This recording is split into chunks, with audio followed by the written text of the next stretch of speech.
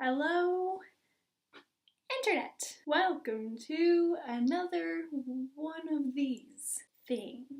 So a couple of weeks ago I did a case study video on romance tropes in mystery stories and I had a lot of fun doing that, so I thought let's do it again, but this time with one of my personal favourite genres, sci-fi. Or as I like to call it, Back to the Future is really creepy if you actually give it any thought. So these case study videos, fun fact, are actually relevant to a project I'm working on. What? And because of that, these videos are just as much for me as they are for potential entertainment. With that in mind, the last case study video I worked on focused a lot on statistics, facts, and overarching themes, but I'm going to try something a little bit different and do something a bit more free-flowing and similar to my other videos. Having said that, here are some facts, figures, and statistics. Just as a fair warning, I will be spoiling these 5 movies. These ones, right here. Without mercy, except Arrival. So of those 5 films, there were 3.5 happy endings. Yeah, there were 3 endings that were unequivocally happy and 1 ending that can be interpreted either way, depending on how you look at things. But I only shipped 1 out of the 5. As far as distracting and unnecessary romances by the metrics of my original romance video, there were only 2 couples, exactly the same couples, that fit both bills. However, it is important to note that one of those couples did it deliberately. So sci-fi. We will deal with some really weird shit in sci-fi movies. We've got aliens, we've got monsters, we've got time travel. We have everything. But do you want to know what else we have? People not reacting properly to situations.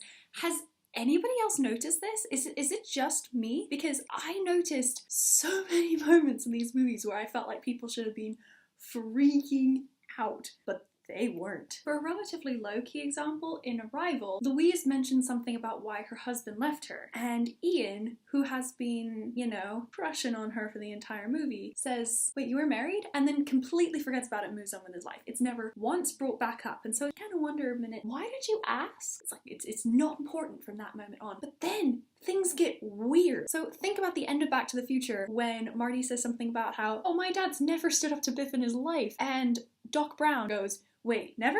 Ah, never mind. It's like, you have been so careful this whole movie and now you're being super nonchalant about this? Even more egregious, earlier on in the film, when he finds his dad totally spying on his mom through the window. Hang on a minute, that's so weird. He just goes, he's a peeping Tom. And it's never mentioned again. What? If you found out that your dad was definitely spying on your mom, I feel like your reaction would be a little bit more than amazement and then completely forgetting it ever happened. That would be something that I would think about making sure she knew. Maybe after I confirmed my existence, because I don't want to die.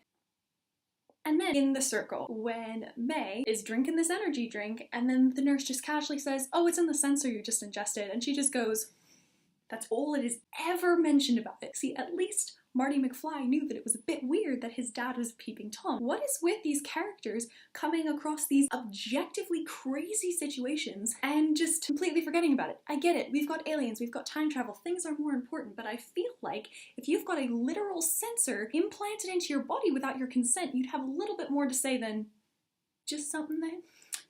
Cross my noggin. So because it's me, we need to talk about unnecessary romances. And the 2 unnecessary romances that I want to talk about both knew that they were unnecessary but handled it in completely different ways. And it annoyed me. So Young Frankenstein is a parody. It's Mel Brooks. What do you really expect? One of the things that they poke fun of is the sexy lab assistant that Dr. Frankenstein definitely isn't gonna have sex with. They poke fun at this by just randomly sleeping with him. Completely takes you out of the moment, but that's the point because the monster is chained up and his priorities are in the exact wrong place. Compare this to The Circle. Now, this annoyed me so much because I initially thought that this movie didn't count, but I thought that the way that this was handled meant that it absolutely did count. Ty and May are set up to be a couple. You get the witty banter, sort of, between May and Ty. You get jumping into the conspiracy together. You get her inevitably going further down the rabbit hole and therefore betraying him, and then him coming to help her at the end. And it never follows through. Now, if you wanted to set them up as being platonic, that would be fine, but they don't. You see both of them giving goofy grins as the other one walks away. You see the lingering glances, you see the flirting, you get all of that lead up and no follow through.